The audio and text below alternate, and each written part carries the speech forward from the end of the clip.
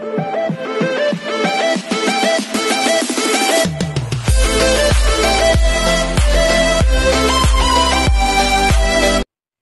everyone, this is KG for Vlogs, a Filipino reactor based here in Saudi Arabia, and welcome back to my channel. Agad-agad, gawa natin ng reaction video. Ang cherry on top na naman nila na performance sa mix ng Bini.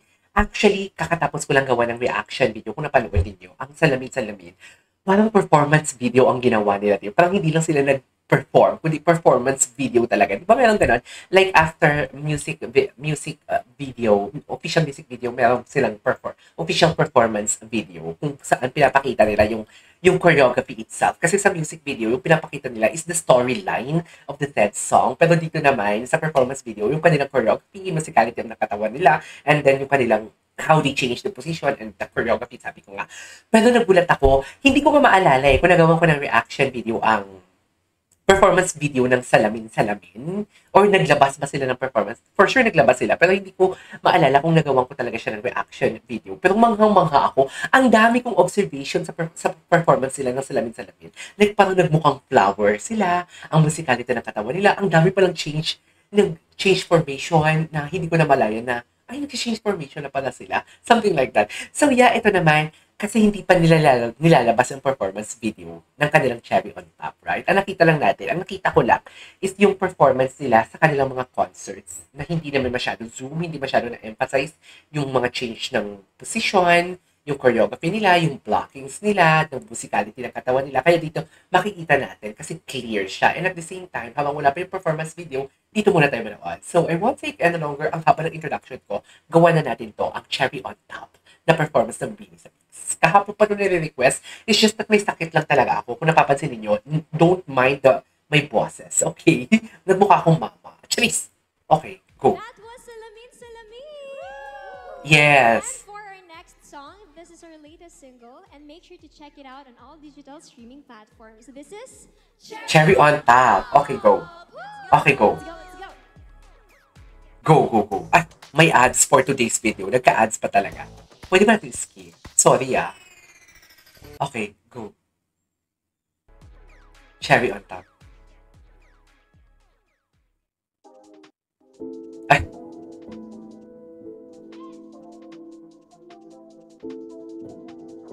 Ay. Bongga pala yung intro nila. Oh my God.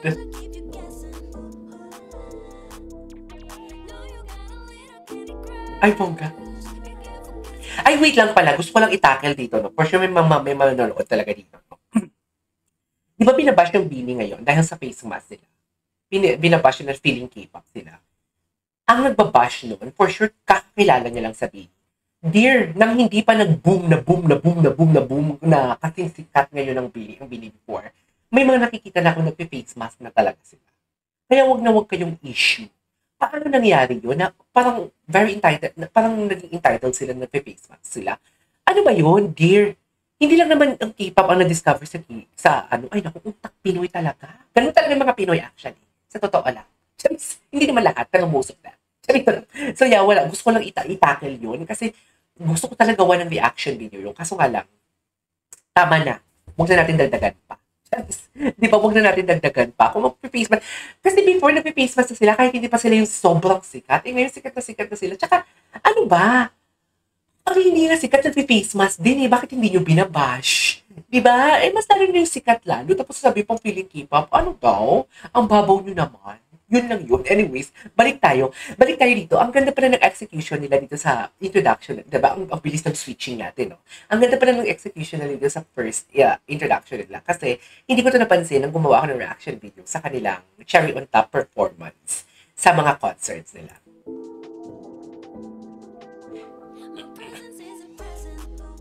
Tunog international talaga.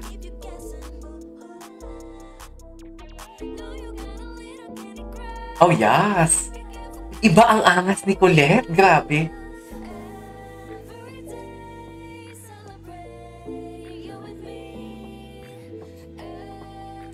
Madidistinguish mo talaga ang boses ni Mika. Kasi sobrang, the texture is very solid. Buong-buo talaga.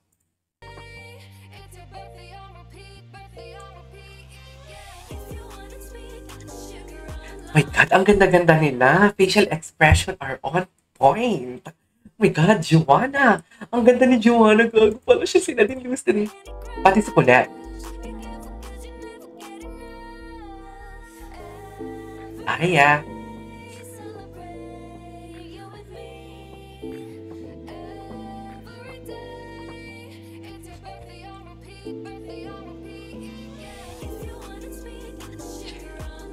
Ganda ng facial expression.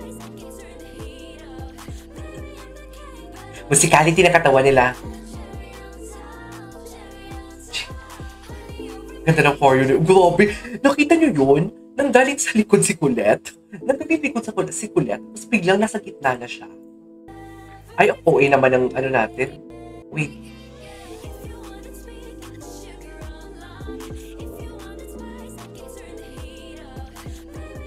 Ay, pati si Sheena pala. Si Sheena pala sa likod din. Eh, si Colette, oh. Grabe yung travel ni Colette.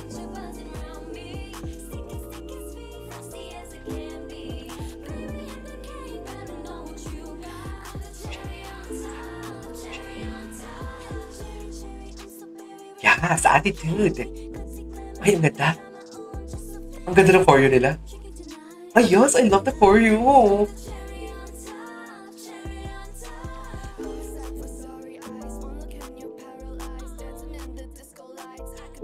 Dear, ang ganda ng choreo nila. In fairness. Live to, di ba?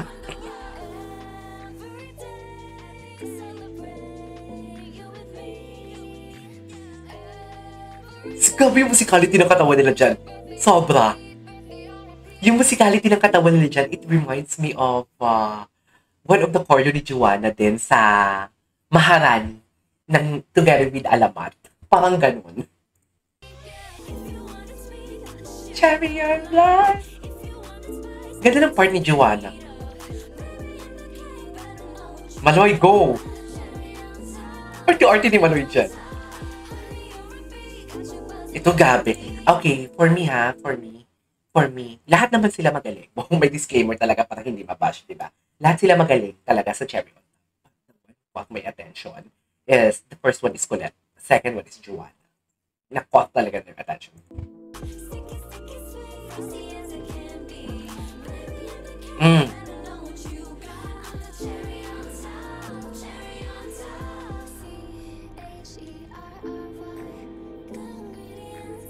Eh, hot.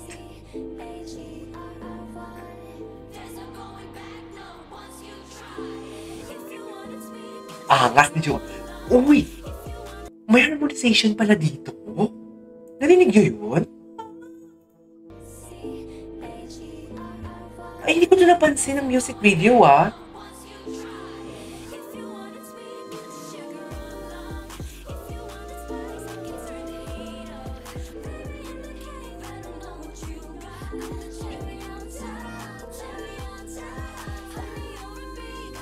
Yan, oh.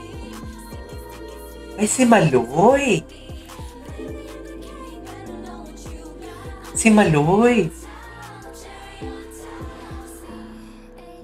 I love it. I love it. I love it. Okay.